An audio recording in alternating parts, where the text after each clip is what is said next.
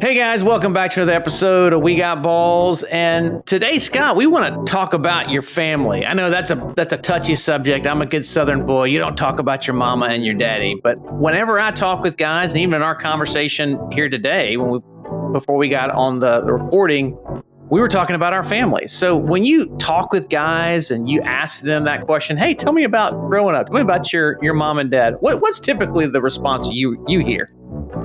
Oh, I came from a great home. My parents were perfect. I don't understand why I'm doing the things I'm doing because I lived in a great Christian household. Yeah, I have a good family. My mom and dad loved me. Yeah. So if that's your story, and yet you're listening to us, we got some questions for you. So stick around. We'll be right back.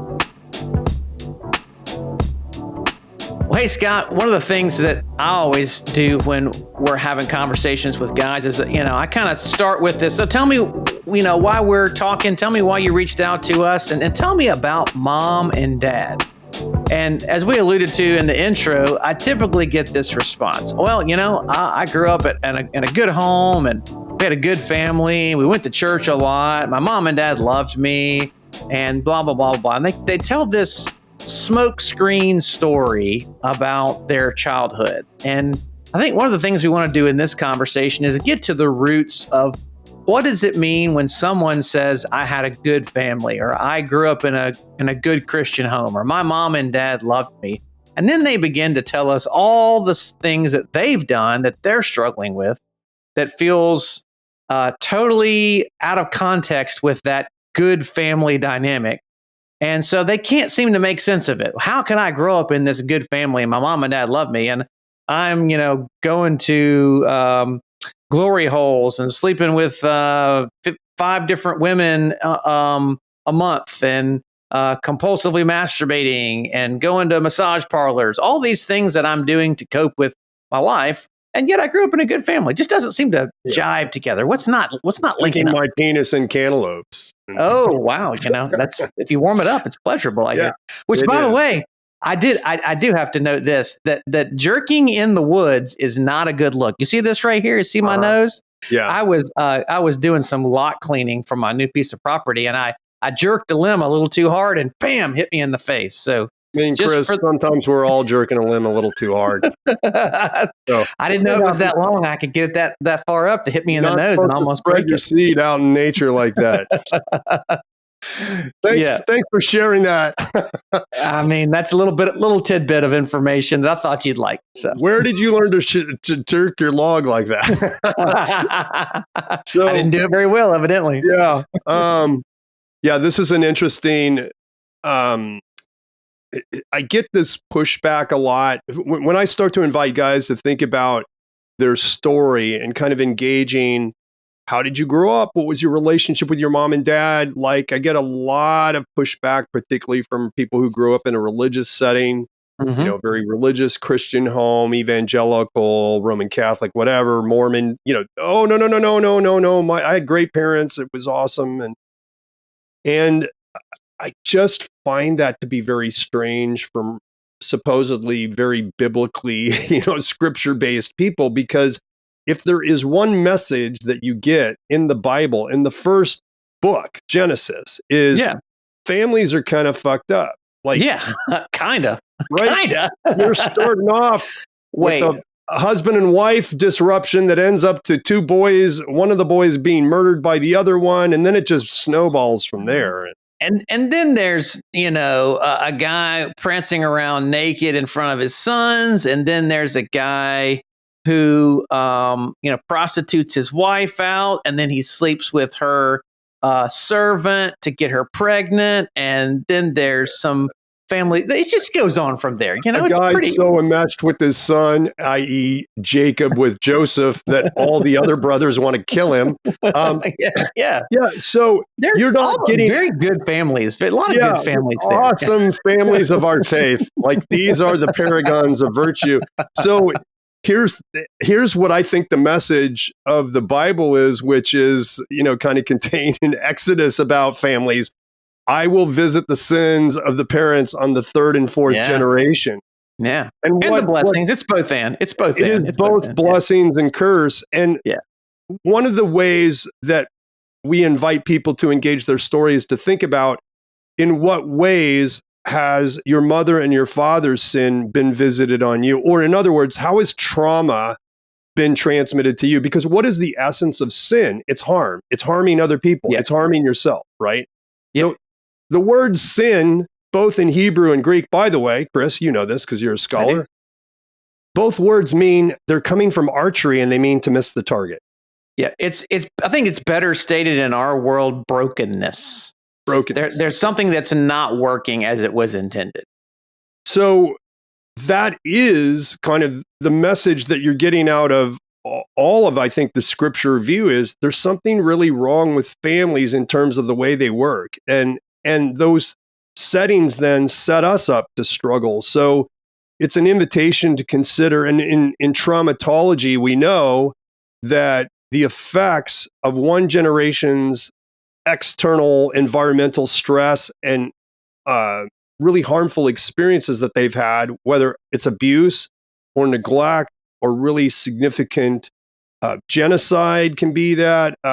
You can have incredible effects from famine, poverty, things like these. Yeah. These get passed down for 3 and 4 generations, actually, the effects. And so this is well documented. It's not controversial. And yet, for some reason, when we invite people to it, there's a lot of pushback. And no. You don't understand. I had a great mom. I had a great dad. And we're like, well, could we just kind of put a pin in that and just be a little curious for a second? Because we're not trying. Can we say what's just the elephant in the room when we're talking about this conversation, which is that there are no untraumatized or unbroken family systems. Like there's no quote unquote, as many people are trying to describe it as you are, there's no good families.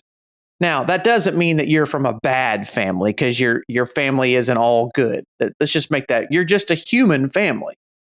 And there is, just like you mentioned, issues that your mom got from her parents and from their parents before them, and your dad got from his parents and their parents before them. So we're talking about generational trauma, generational brokenness.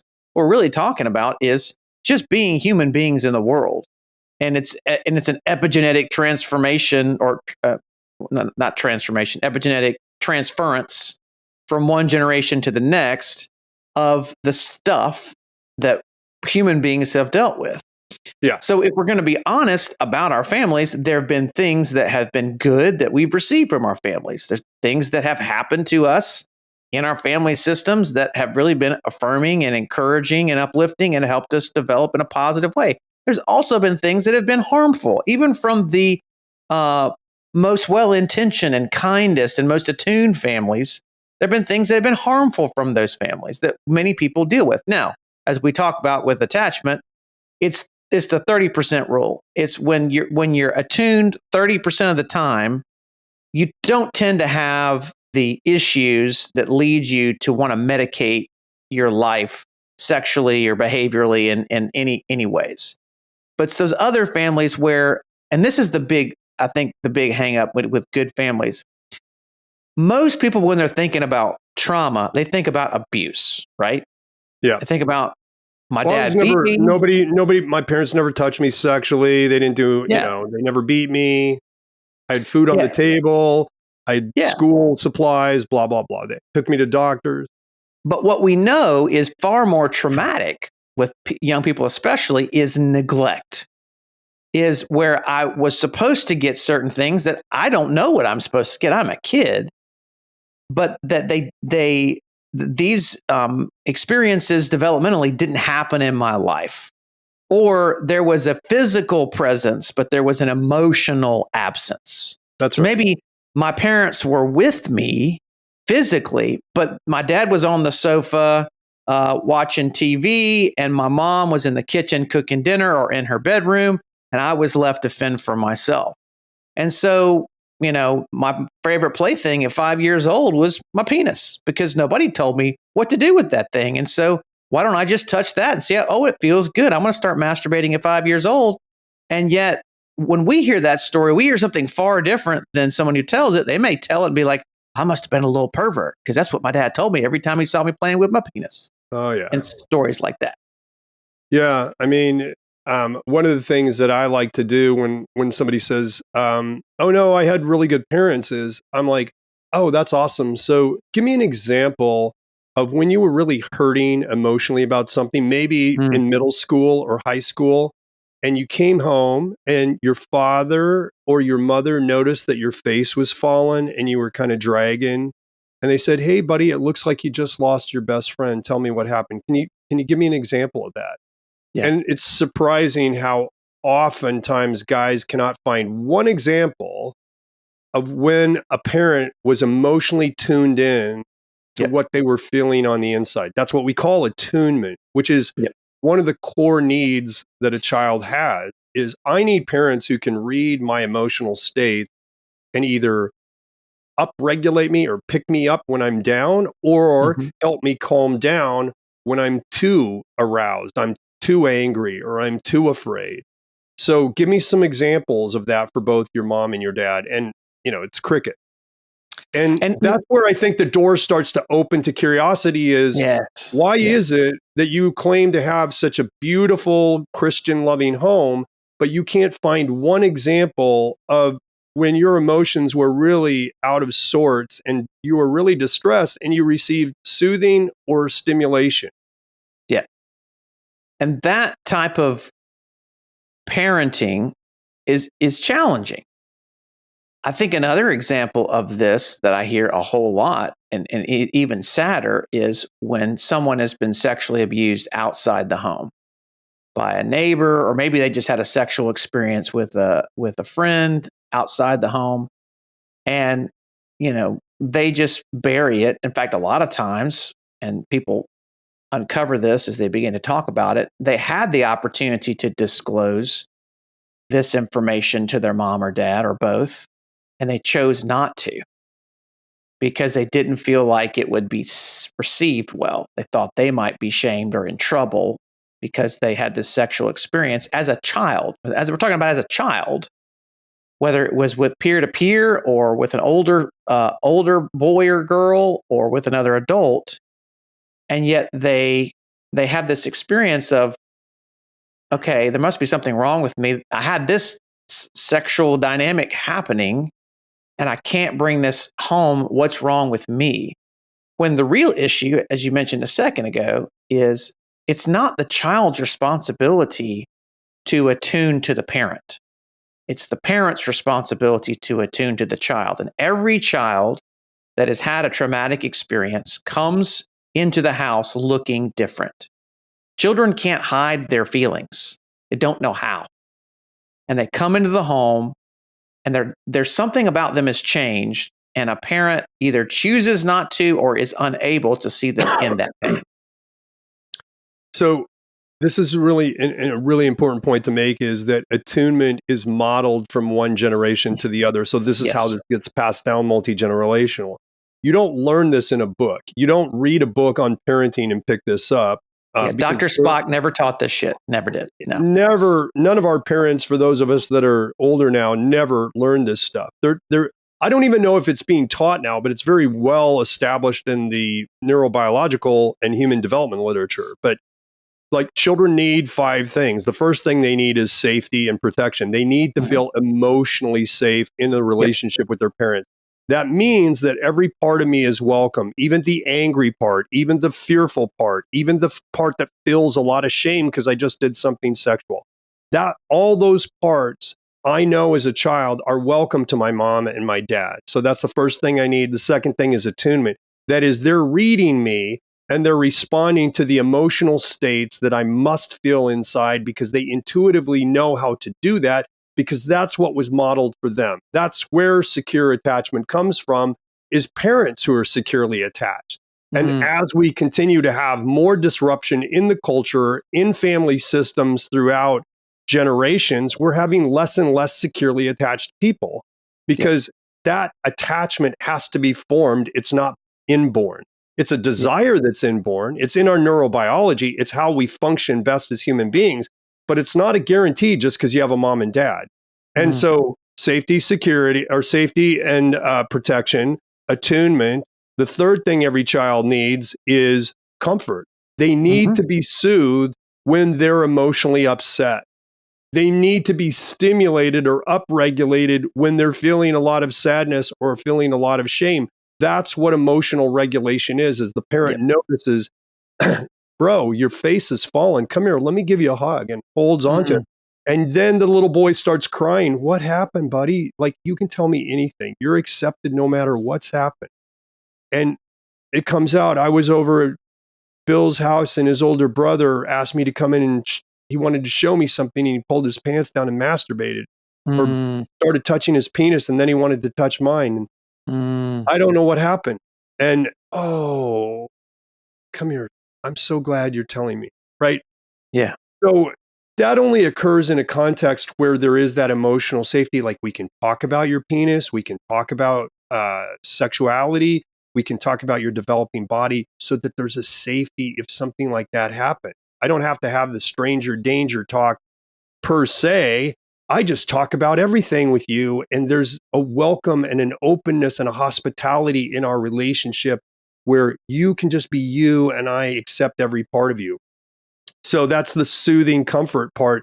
And then children need expressed delight. They need to know that you're delighted in, son, not because of your performance, but just because of who you are. You're delightful. I love your joy when you play baseball. I love your joy when you collect your seashells. Like, I just am so enamored with how you love to collect things, and or how you like to do magic tricks, or whatever it is that he's expressed. The parents are expressing their delight in the child, no matter what. And then the last thing is this unconditional support and encouragement. So those 5 things are the 5 things that every child needs, and no parent gives those perfectly. No, it's impossible. It's impossible. No human gives those perfectly. But what I think what you're saying is, if that is the ideal for connected, attuned parenting for secure attachment, you get most of those most of the time. You know, you get them 30% of the time. Okay, so you get most of those 30% of the time. But there's also, as you mentioned before, when you don't get the safety, security, the connection, the attunement, the belonging, all those pieces together, the affirmation, there's also repair that's done. Right. Is that maybe I don't see you in the moment, but I come back. The other day you were kind of off, and I didn't really say anything. But what was going on? And you have the opportunity to check back in and say, tell me where things are, which creates that safe environment for them to be vulnerable, for the child to be vulnerable with the parent. That's right. Yeah. And when you get those 5 needs met consistently, you become very secure in yourself, in your relationships, and secure in how you engage the world. Because the problem is, if I grow up in a family system where I don't get that security built into me, the world is not like that. If I go out of my home, I'm going to face trauma. I'm going to face bad things. Yeah. And I have to have a secure base to come back to where I can heal, where I can process those emotions. That's where the trauma comes from, is the lack of attunement or misattunement that never gets repaired in a parental-child dynamic. And when that happens repeatedly and consistently over time, starts early and happens repeatedly, then you grow up with insecure attachment because nobody's coming for you. Nobody's noticing you. You don't feel wanted. You don't feel pursued. You don't feel delighted in. You don't feel like you belong. Yeah. And those are all fundamental human, psychological, emotional, relational, identity-based needs. And so when I don't get that consistently, I'm going to go looking somewhere else for something. I'm going to try to find those in something else. So it's really important. And here's the phrase that we use. Naming is not blaming. Correct. We're not, there's no value and there's no benefit in blaming parents and, turning from caring about your parents and loving your parents to hating them. That's not what we're trying to do.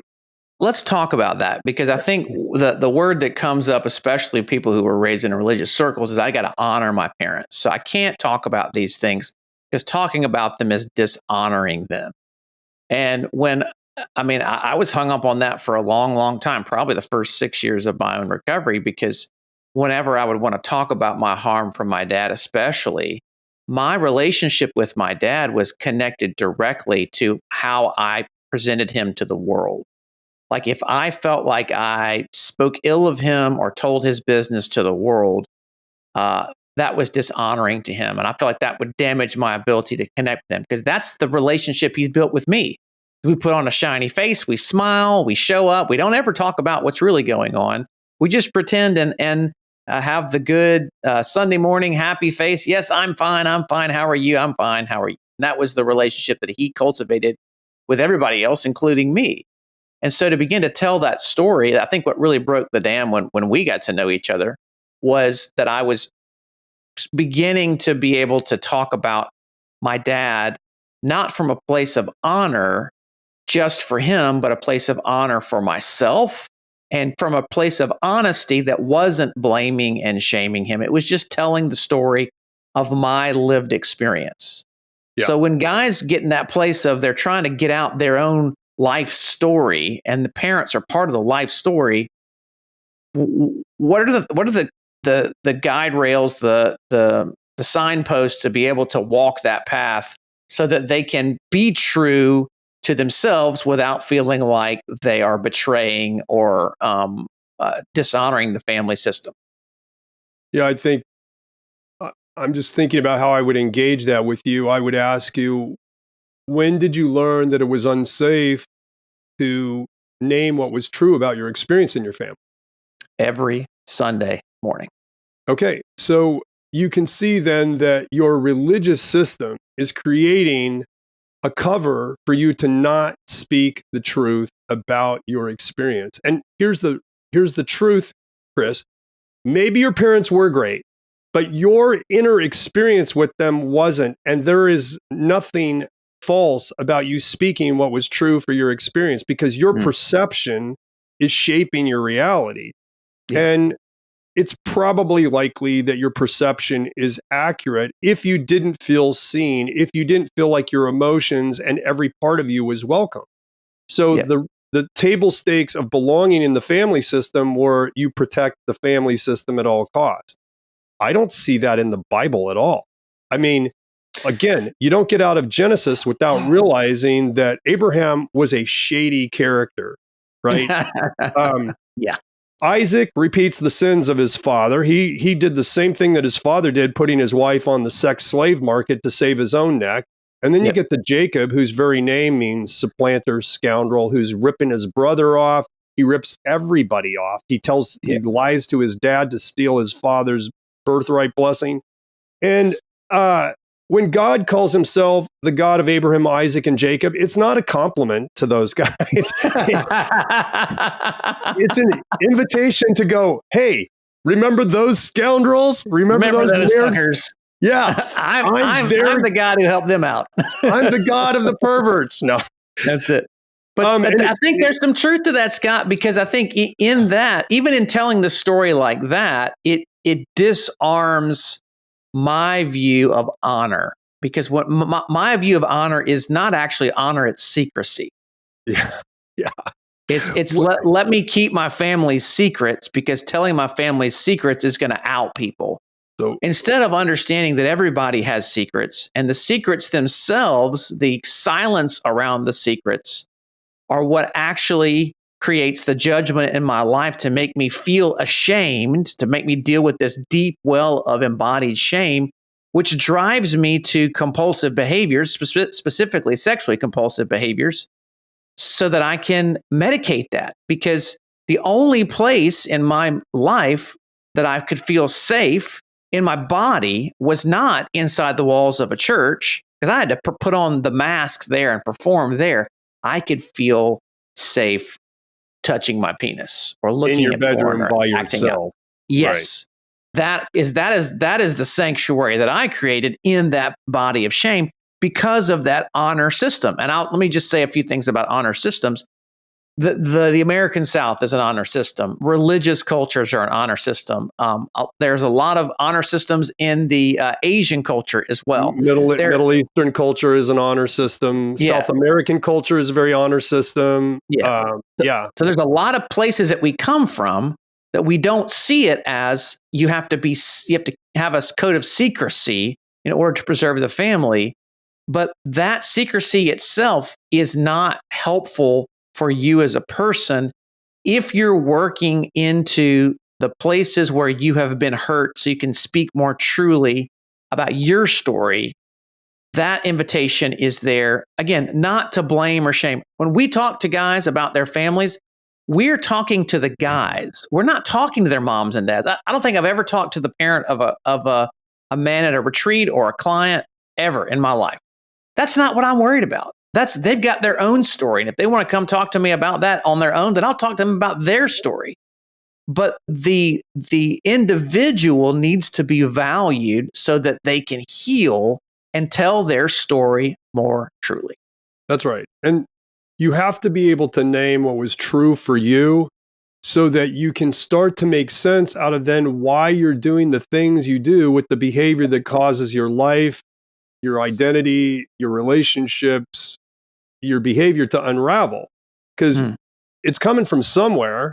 And we're saying, yes, it does come somewhat from nature in that epigenetic transmission of trauma, but it's also and probably more prominently coming from those incredible experiences over and over and over again that started early, that continued often, and that were the formation for who you are as a person. All of that comes out of your interaction with people, and most of it comes out of interaction with your mom and dad. So if you're not curious about that, my question is, why are you not curious about how your mother and father may have set you up, how your family created the soil in which your porn habit starts to flourish?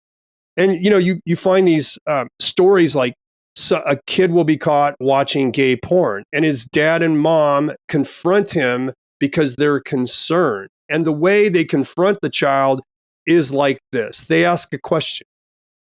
You're not gay, right? Yeah. That's not a question, Scott. That's not a question. That's a statement. It's an accusation. It is. And what do you feel in the moment when that happens? You feel a punch in the gut and a deflation into shame, and your head sinks. And you realize that if you were gay, you'd be cast out of the family. Yeah. And so there's not this kindness and this welcome and just this hospitality to your desire, to your struggle with desire. And these are, these stories come out as guys start to tell their story. Things will come out like this and we'll say, was that really a question or was that an accusation? And what did that accusation make you feel in your body?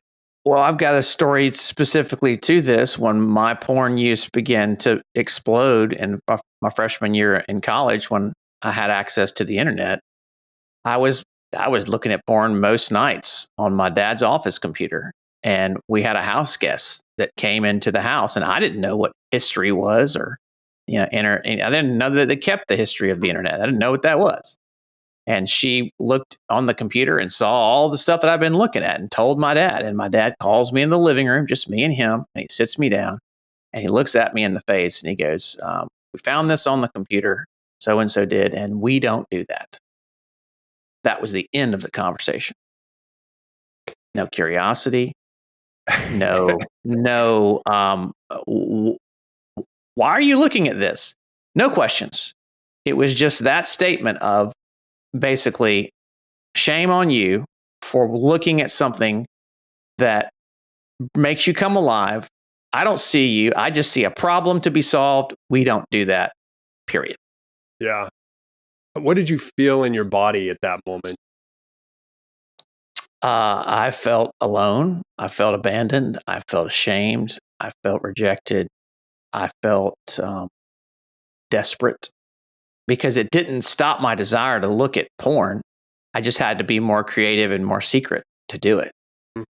And so I had to go to darker places and to bury that feeling deeper in my body. And so the one person that I had moved to go to college where my dad lived so I could spend more time with him. He had just essentially rejected me as a person. And I guess there was a bit of orphaning in that conversation. I lost a little bit of the hope that I had that I could have a father. Yeah. Yeah. For me, I have a different story that's triggered by hearing your story on that. when I was in my sophomore year of college, my parents were concerned that I was in a Christian cult, which I was. Yeah. Yeah. But, and so they came to visit me for Parents' Weekend. And while they were expressing their concern about me being in this Christian group that was really kind of controlling and dominating my life, they said, have you struggled with homosexuality, you know, thinking you're gay? And I said, yeah, I have. And Mm, how did you know? And they said, well, we found, your magazines be- under your mattress after you went away to mm. college. So they had known for 2 years Wow. that I And had this said nothing. struggle. And this is the only time they're talking about it.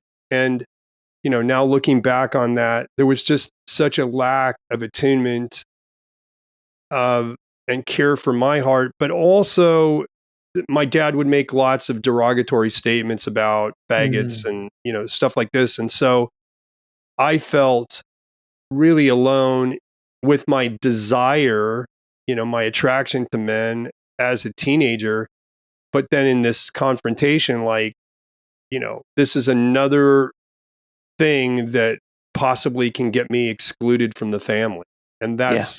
that's that feeling. Now, my parents were very kind to me in that moment, but still, it's layered off of this foundation of, like you said, we don't do that. So if I do that, then I can't be a part of we. But that also feels, like you say, almost like a weapon that they used to try to dislodge you. They came to visit you because they were concerned about your allegiance to this religious group. And it's And the because question that you're they ask you gay. is, Yeah. what? Say what? And it's because you're struggling in this particular way. And Yeah. And then they ask you that question, are you struggling? It's not their real concern. It was an agenda that they had to keep you under their influence. And that just breaks my heart because rather than seeing you and wanting to be with you, they're just trying to manage you. yeah, yeah, exactly. Hmm. So, I'm and sorry. so many of our lives are like that. We feel very managed by our parents. Our desires are not seen and known. And, so again, they're seeking to manage me without trying to understand where Yeah. that's coming from. There's Without not, seeing you. they're not seeing Yeah. me. And that's what most of us end up feeling like. And what does that do? It intensifies that feeling of shame and Yep. loneliness. And Yep. the idea that, like, these are the terms of belonging here with this group of people, and I don't feel safe now. Mm. So, uh, And I think that's the invitation for guys in this conversation is where can you find a safe space to be you? And that's one thing I really am grateful for that we seem to be cultivating both online and in person and the events that we curate is that it really becomes a safe place for men to be playful, honest, emotional, um, for men to grieve, for men to be angry, that all the things that they wanted to do with their mom and dad and their families, even in their adult relationships, they're able to do that because we prioritize you get to be yourself and tell your story and live out your truth in our presence, and we're going to accept you just for who you are. yeah, every part of you is welcome. That's what we Yep. say at every retreat, every event, every group is Yep. every part of you is welcome.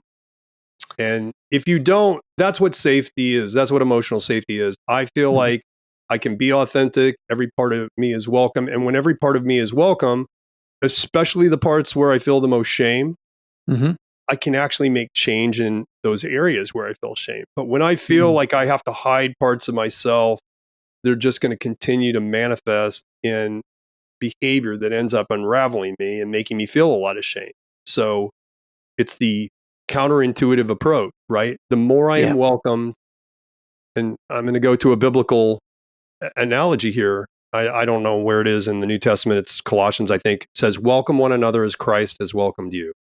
How does Christ welcome us? Does he go, hey, don't bring that shit in here? You're not coming in here with it. You go clean that I think up. he says quite the opposite. He goes, hey, come on, bring that shit in here. Come here, you who are heavy and weary burdened. Come on. Yeah, let's get this out on the so table. we have to, it goes back to this idea of attachment and modeling how our parents model belonging and attachment to us. And that's in our faith tradition as Christians, this is the great honor that we have is we get to model Christ to other people imperfectly. I'm never going to do it perfectly. Right. So talk about good enough parenting. Let's talk about good enough Christianity. Yeah, I model Christ to you. And that model of loving and accepting and welcoming you then becomes the basis by which you can understand that you are loved and accepted by God. Yeah. And if we don't have that experience in our homes and we don't have that experience in our religious systems, we're not going to change. Yeah. And I want to just put some teeth on this label of Christ. I think a lot of times we hear that as being a righteousness label. It's not. It's an acceptance label. If you look at the story of Jesus of Nazareth, he was unconditionally accepting. The only people that he really had pushback against were the who? The judgmental people. ones. The judgmental ones. Condemning. Those who were judging others.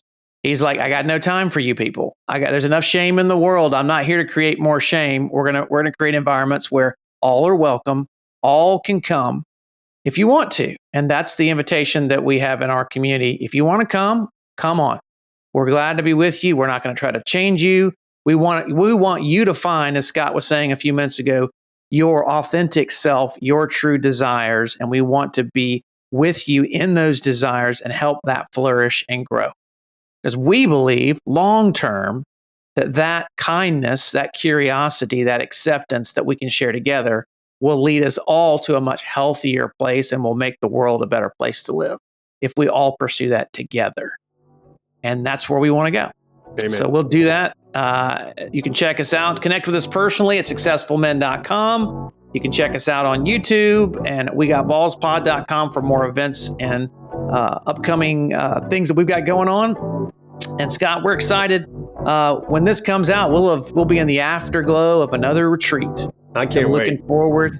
I know, dude. The chat is on fire. It's on fire. We're going to have so much fun. There's going to be so much grieving and joy and laughter and play. I'm looking forward to it. So the life will be everywhere. So check us out. We want to be with you all the times that we can, right here on We Got Balls. And you do too. See you guys.